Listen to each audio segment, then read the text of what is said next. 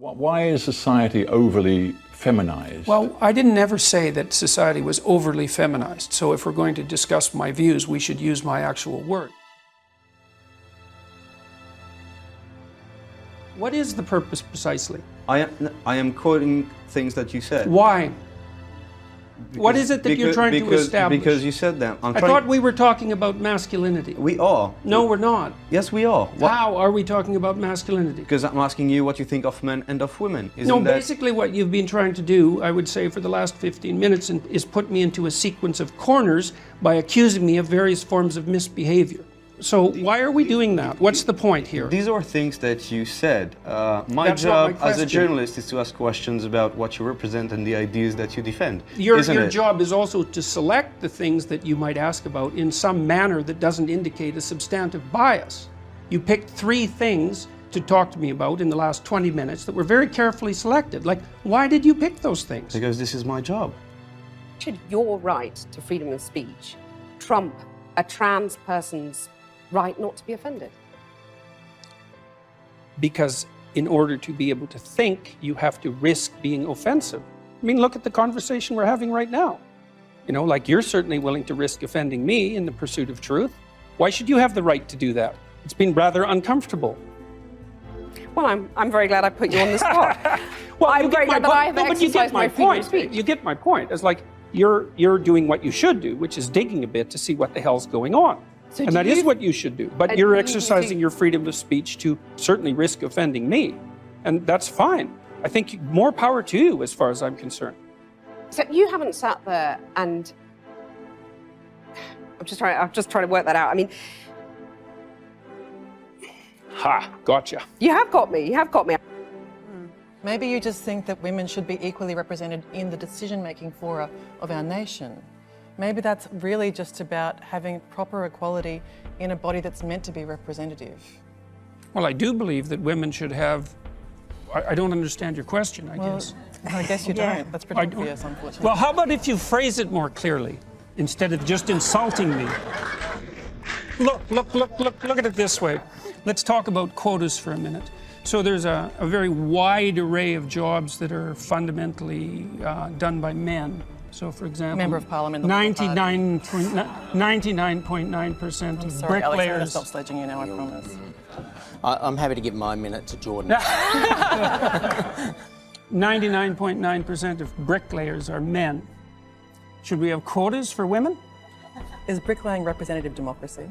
That has nothing to do with the question. The question is if there's evidence of structural inequality and oppression because women aren't precisely represented at 50% in all professions at all levels, then why don't we have a conversation about having women represented in all professions at all levels? Well, why do we talk about the C-suite, for example? Why do we talk about politics and positions of power? Why don't we talk about it across the board? Okay, so that's my idea of the patriarchy, which is a system of male dominance of society. Yeah, but that's not my sense of the patriarchy. So what's yours? Well, in what sense is our society male-dominated?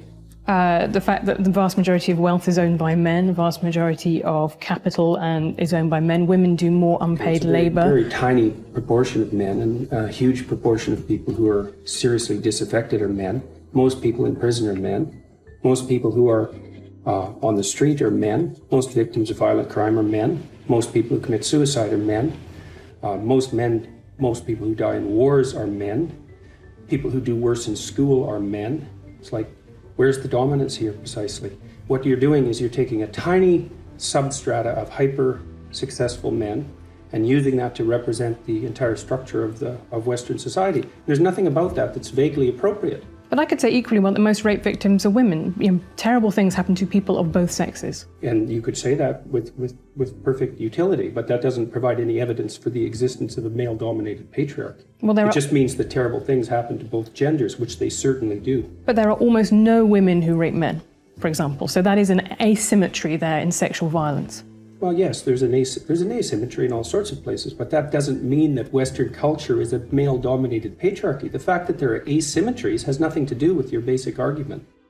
I want to know, what is your answer to young people for some of the really big problems facing humanity, like the climate catastrophe, like economic crisis, like the precarious job market? Because I just don't, like, you talk all this much about individual responsibility. Most of us are never going to be able to afford to have all of these assets to have responsibility over. So what is your advice beyond banal comments like clean your room?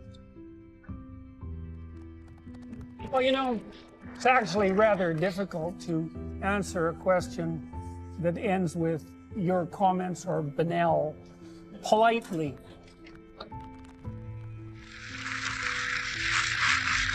So, I would consider that more of an opinionated personal and political statement than actually a question.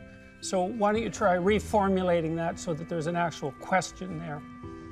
What is your...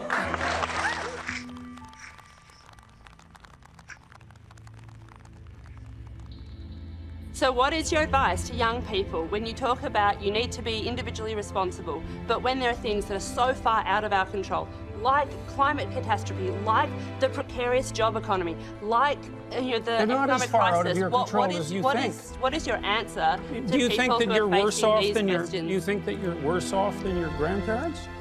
I think there are different challenges. Do you think you're worse off than your grandparents? I think that... Jordan, once again, we're not going to cross-examine our questioners. Fundamentally, I'm a psychologist, and my experience has been that people can do a tremendous amount of good for themselves and for the people who are immediately around them by looking to their own inadequacies and their own flaws and the things that they're not doing in their lives and starting to build themselves up as more powerful individuals. And if they're capable of doing that, then they're capable of expanding their career. And if they're capable of expanding their career and their competence, then they're capable of taking their place in the community as effective leaders. And then they're capable of making wise decisions instead of unwise decisions when it comes to making collective political decisions. I'm not suggesting in the least, and have never suggested, that there's no domain for social action. I'm suggesting that people who don't have their own houses in order should be very careful before they go about reorganizing the world, which happens in many ways. Why do you feel that someone's personal gender identity and pronouns infringes your free speech? Can one not also argue, based on your interpretation, that professors can use racial slurs in their classroom and that the inability to do so would violate their freedom of speech? There's a difference between saying that there's something you can't say and saying that there are things that you have to say. And I regard these made-up pronouns, all of them, as the neologisms of radical PC authoritarians. Do you understand that? And I'm not a fan of that sort of person. And the reason I'm not a fan of that sort of person is because I've done my homework. I've read everything I can get my hands on in the development of authoritarian political systems, and I know the literature inside out and backwards. And I am not going to be a mouthpiece for language that I detest. We had that series of statements from you. Speaking clearly is one of your 12 rules. And I wonder why it is that in a situation like that and in many other situations, what actually happens is that you sow confusion. I don't sow confusion. The journalists that interview me sow confusion. Well, the woman who wrote the New York Times Why do you think that happens? That you get misinterpreted in your views so often? With her, it was absolutely clear. I spent 2 days with her, and we spent 30 seconds talking about enforced monogamy, and she's a very smart woman, and she knew exactly what I meant, and chose to make that the centerpiece of the article for I would say, to attract attention in a way that was completely inappropriate. But you know it's not just the journalist from the New York Times. You know that this happens over and over and over. That's because the journalists read each other's journalism, and they don't read the books, and they don't watch what I'm saying. Never with you. The fault is... Well, no, the fault is sometimes with me. I mean, it's not like I always say everything perfectly. But there's no, it's getting dull to read the journalistic accounts because they're just mirror images of everything that's been written over the last year and a half. And the same old things. There's 10 epithets that are generally thrown at me, every one that you can possibly think of. And people have gone over everything I've said to my students for the last 30 years, almost all of which is recorded, and found absolutely no evidence for any of that, even once. I would say that there is a lot online of journalists actually trying to interview you seriously, trying to get towards a proper understanding. And that, what you just said to me, is a very common thing you say. I've been over the evidence, there is no evidence anywhere. It isn't just me that's been over the evidence, it's people that have been trying to take me out who've been over the evidence and have not been able to find any. I do stand by my original statement, though, that there's a brand of more radical feminism that insists that our culture is best characterized as an oppressive patriarchy, and I think that, first of all, that's an appalling sociological doctrine, and I think it has very negative psychological effects. And they won't be limited to men, because if it's true that there's something toxic, let's say, about masculinity per se, what that will inevitably mean is that as women adopt more masculine roles, traditionally, what is that toxicity somehow going to go away? But that's a straw man, because no one says there's anything toxic about masculinity per se. What do you mean no one says that? The term exists. No.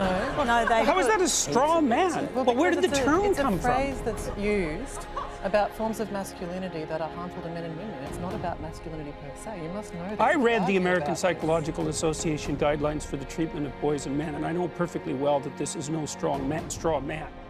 Why do you think it is that so much of what you say is so very popular with the alt-right? It isn't. And you don't have any evidence for that at all.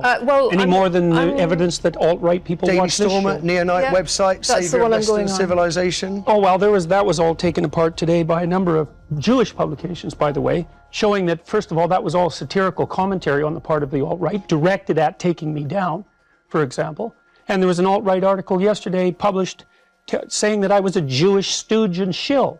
So this is absolute nonsense, and I don't appeal primarily to the alt-right. There's no evidence for that at all. It's the proclivity of... I never said primarily, Jordan. What I'm interested in is why you think that you get the reaction that you do from the alt-right. Looking at, the Cathy Newman documentary. What reaction? Interview.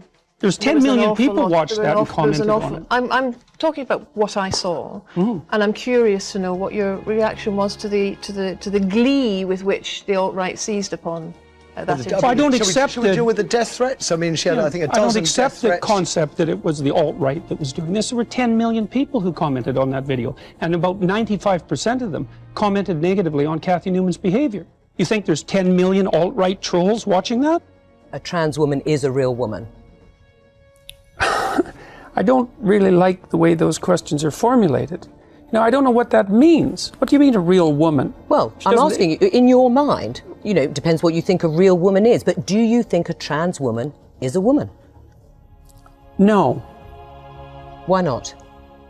Because I think that women are capable, generally speaking, of having babies, and they have female genitalia, and they have an XX chromosome, and I look at the studies, and I'm really also very much interested in studies like the analysis that was done by the American Psychological Society, which looked at 45 analysis of whether there's sex difference over 20 years. And its conclusion was that men and women are basically alike in terms of personality, in terms of cognitive ability, in terms of leadership. But what it did find was that media depictions of men and women as fundamentally different perpetuate misconceptions, as does workplace. Men and women actually are more the same than they are different. But the issue is that small differences at the population level can turn into very large differences at the extreme. So, for example, men and women are broadly similar with regards to aggression, although men tilt a little bit more towards aggression. So that if you picked a random person out of the population, male and female, and you guessed that the male was more aggressive, you'd be right 60% of the time. But if you take the 1 in 100 most aggressive people, they're all male, and that's why the overwhelming proportion of people who are in prisons are male. Now, do you want to equalize that, just out of curiosity? What about bricklayers? They're 99% male, and we've got about 3/4 of the population now in universities, in the humanities and social sciences, are female. Yeah. Are we going to equalize that? And men work longer hours, they work more dangerous jobs, they're more likely to move, they're more likely to work outside, they're more likely to participate in jobs in the STEM fields that are scalable. They make more money for those reasons. And that's all hidden under the idea that the reason that men and women make different amounts of money is because of their gender. It's a very simplistic analysis.